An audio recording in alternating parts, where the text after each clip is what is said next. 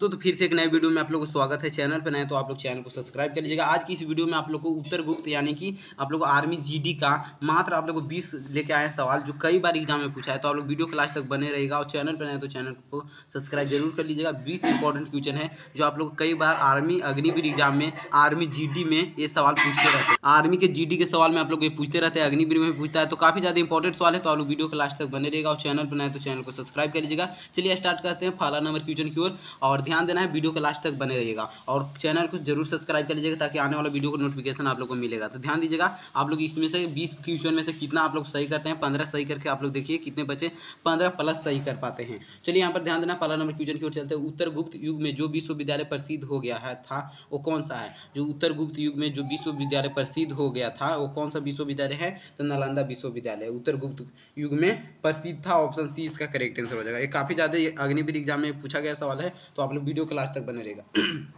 भारतीय नेपोलियन की उपाधि किसे दी गई था? जो भारतीय नेपोलियन की उपाधि वो किसे दी गई? तो यहाँ पर हो जाएगा समुद्रगुप्त को। समुद्रगुप्त को भारतीय नेपोलियन की उपाधि मिला था। समुद्रगुप्त को भारतीय नेपोलियन की उपाधि मिला था। काफी ज्यादा इंपॉर्टेंट क्वेश्चन है। चलिए आगे ध्यान देना, तीसरा नंबर क्वेश्चन कि आयुर्वेद के वैद्य चिकित्सका भाग्यस्वामी मानते हैं। किसको आयुर्वेद है जो वैद्य और चिकित्सका भाग्यस्वामी मानते हैं? तो यहाँ पर ध्यान देना, तीसरा का करेक्ट आंसर ऑप्शन हो जाएगा यहाँ पर धनवर्तरी को मानते हैं। ऑप्शन सी इसका करेक्ट आंसर याद रखिएगा। चलिए आगे ध्यान देना, चौथा नंबर क्वेश्चन की ओर कि पहला यातगुप्त शासक कौन था?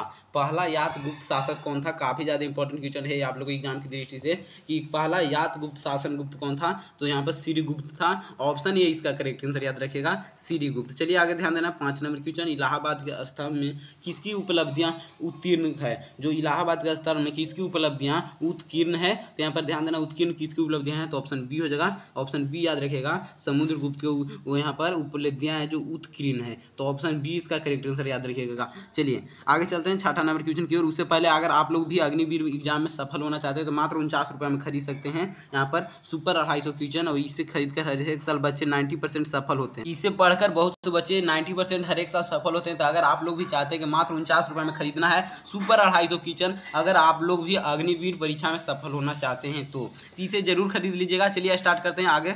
90+ जो हर एक साल बच्चे 90% लाते भी हैं इसे पढ़कर, और ये बेहतरीन तरीका है आप लोग को अग्निवीर एग्जाम को निकालने के लिए, और बेहतरीन पैकेज है। ये व्हाट्सअप नंबर रहा, इस पर मैसेज करके आप लोग इसे जरूर खरीद लीजिएगा। इससे आप लोग को कोई डर नहीं रहेगा कि आप लोग एग्जाम, इससे आप लोग 250 क्वेश्चन में से 50 क्वेश्चन आप लोग को एग्जाम में देखने के लिए मिलेगा। आप लोग को इससे हटकर नहीं रहता है, तो ये आप लोग को जरूर खरीद लेना है। चलिए आगे चलते हैं। गुप्त शासकों की सरकारी भाषा थी, जो गुप्त शासक है उसका सरकारी भाषा क्या थी? तो ऑप्शन डी हो जाएगा, संस्कृत थी। सरकारी भाषा क्या थी? संस्कृत थी। ऑप्शन याद रखिएगा, डी करेक्ट आंसर हो जाएगा, संस्कृत थी। चलिए आगे ध्यान देना है, 2.5 दिन का झोपड़ा का निर्माण किसने कराया था? 2.5 दिन का झोपड़ा का निर्माण किसने कराया था? तो 7वां का करेक्ट आंसर ऑप्शन हो जाएगा, कुतुबुद्दीन बेशक ने। कुतुबुद्दीन बेशक ने, ऑप्शन ए इसका करेक्ट आंसर हो जाएगा। चलिए आगे ध्यान देना है, 8 नंबर क्वेश्चन कि वीरभूमि किससे संबंधित है? तो 8 का करेक्ट आंसर ऑप्शन डी हो जाएगा, राजीव गांधी से संबंधित है। वीरभूमि किससे संबंधित है? तो राजीव गांधी से संबंधित है। यहाँ चलिए 9 नंबर क्वेश्चन चलते हैं कि निम्नलिखित में किसकी सहायता से रक्त द्वारा ऑक्सीजन ले जाया जा सकता है? निम्नलिखित में किसकी सहायता से रक्त द्वारा ऑक्सीजन ले जाया जाता है? तो 9 का करेक्ट आंसर आप लोग याद रखिएगा, लोहित कोशिकाएं द्वारा। लोहित कोशिकाएं द्वारा रक्त के शरीर तक ले जाया जाता है, लोहित कोशिकाएं द्वारा। ऑप्शन ए इसका करेक्ट आंसर याद रखिएगा।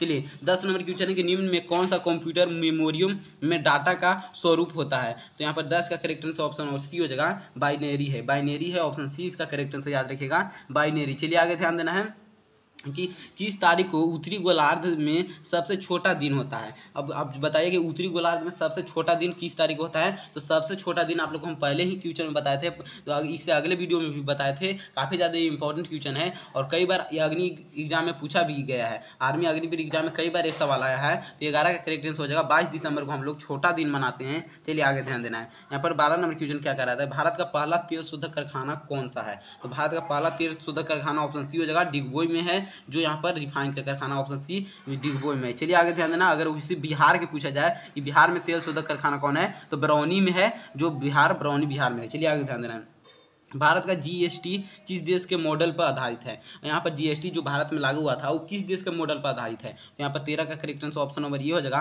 कनाडा पर। कनाडा पर आधारित यहाँ पर भारत का जीएसटी है। चलिए आगे ध्यान देना है। 14 नंबर क्वेश्चन चलते हैं कि बॉल पेन फंक्शन निम्नलिखित में किस एक पर होता है? किसमें एक पर होता है? तो यहाँ पर ध्यान देना कि बॉल पेन फंक्शन यहाँ पर 14 नंबर क्वेश्चन का करेक्ट आंसर क्या हो जाएगा? आप लोग यहाँ पर 14 नंबर क्वेश्चन है तो 14 नंबर क्वेश्चन का करेक्ट आंसर आप लोग बताना है ये सतह तनाव पर होता है। ऑप्शन सी करेक्ट आंसर हो जाएगा सतह तनाव। चलिए आगे ध्यान देना है। 15 नंबर क्वेश्चन है किस रुधिर वर्ग में दोनों एंटीबॉडी पाई जाती है? तो 15 का correct answer option number D याद रखेगा। जो यहाँ पर डी ओ में ओ रुधिर है जो आप लोग को दोनों एंटीबॉडी पाया जाता है। अगर आप लोग को ब्लड ग्रुप ओ है तो दोनों एंटीबॉडी आप में पाया जाता है। चलिए आगे ध्यान देना है। निम्नलिखित में कौन सा क्लोरोफिल का घटक नहीं है? तो क्लोरोफिल का घटक नहीं है तो ऑप्शन डी हो जाएगा कैल्शियम क्लोरोफिल का घटक नहीं है। ऑप्शन डी इसका करेक्ट आंसर याद रखिएगा कैल्शियम। चलिए आगे ध्यान देना काफी ज्यादा इंपॉर्टेंट क्वेश्चन है। किस विटामिन की कमी से रतौंधी रोग होता है? तो विटामिन ए हो जाएगा। आप लोग गाजर खाइएगा तो विटामिन ए समाप्त हो जाएगा। चलिए आगे ध्यान देना है। चलिए ऊर्जा के किस रूप में प्रदूषण की समस्या नहीं होता है? तो आप किस रूप में अगर ऊर्जा को प्राप्त करेंगे तो उसमें प्रदूषण नहीं फैलता है। तो 18 का करेक्ट आंसर ऑप्शन डी हो जाएगा। सौर ऊर्जा से आप लोग जानते होंगे कि प्रदूषण नहीं निकलता है। कोयला से धुआं निकलता है प्रदूषण है। परमाणु से भी निकलता है पेट्रोल से भी निकलता है। तो ऑप्शन डी इसका करेक्ट आंसर हो जाएगा। सौर ऊर्जा से प्रदूषण नहीं निकल सकता है। चलिए आगे ध्यान देना है कि त्रिकोणीय चित्र किसके द्वारा लिए जाता है? त्रिकोणीय चित्र आप लोग जानते होंगे तो 19 का करेक्ट आंसर ऑप्शन ये हो जाएगा हेलोग्राफी द्वारा।